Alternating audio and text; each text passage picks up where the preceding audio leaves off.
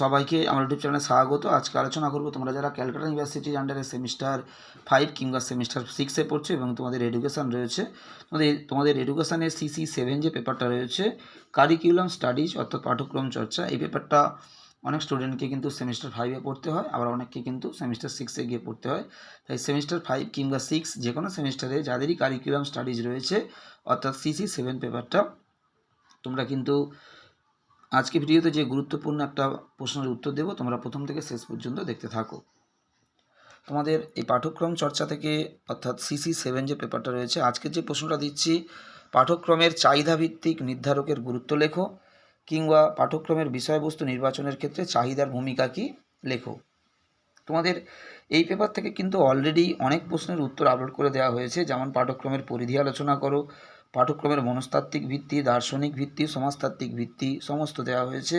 এছাড়া দেওয়া হয়েছে জ্ঞানভিত্তিক ও কর্মভিত্তিক পাঠ্যক্রমের পার্থক্য লেখো, পাঠ্যক্রমের আচরণগত দৃষ্টিভঙ্গি, সিস্টেম দৃষ্টিভঙ্গি, আচ্ছা, কর্মভিত্তিক পাঠ্যক্রম কি, শিক্ষাকেন্দ্রিক পাঠ্যক্রম কি এর বৈশিষ্ট্য লেখো, পাঠ্যক্রম বিকাশের প্রয়োজনীয়তা লেখো, পাঠ্যক্রমের কার্যাবলী লেখো। তোমাদের এখান থেকে অনেক গুরুত্বপূর্ণ প্রশ্নের উত্তর কিন্তু অলরেডি আপলোড করে দেওয়া হয়েছে।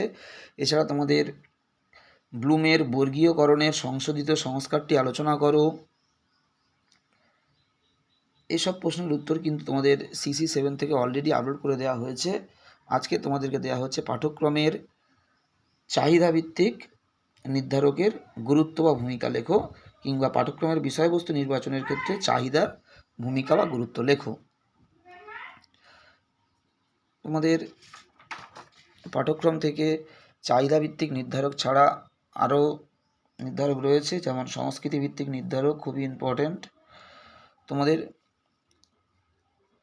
আজকে ভিডিওতে চাহিদাভিত্তিক নির্ধারকটা 5 নম্বরের মতো দেওয়া হলো, এবং পরবর্তী ভিডিওতে তোমাদেরকে পাঠ্যক্রমের সংস্কৃতিভিত্তিক নির্ধারকটাও 5 নম্বরের মতো করে অ্যান্সার আপলোড করে দেওয়া হবে। তোমরা যারা ভিডিওটা প্রথমবার দেখছো অবশ্যই সাবস্ক্রাইব করে দিও। তোমরা প্রত্যেকটা সেমিস্টারে শুধুমাত্র এডুকেশন নয়, এডুকেশন ছাড়া বাংলা, হিস্ট্রি, পল সায়েন্স, বিভিন্ন সিসি পেপারের কিন্তু এবং মাইনর পেপারের সাজেশান এবং অ্যান্সার সবই তোমরা চ্যানেল থেকে পেতে পারবে। সবাইকে নমস্কার।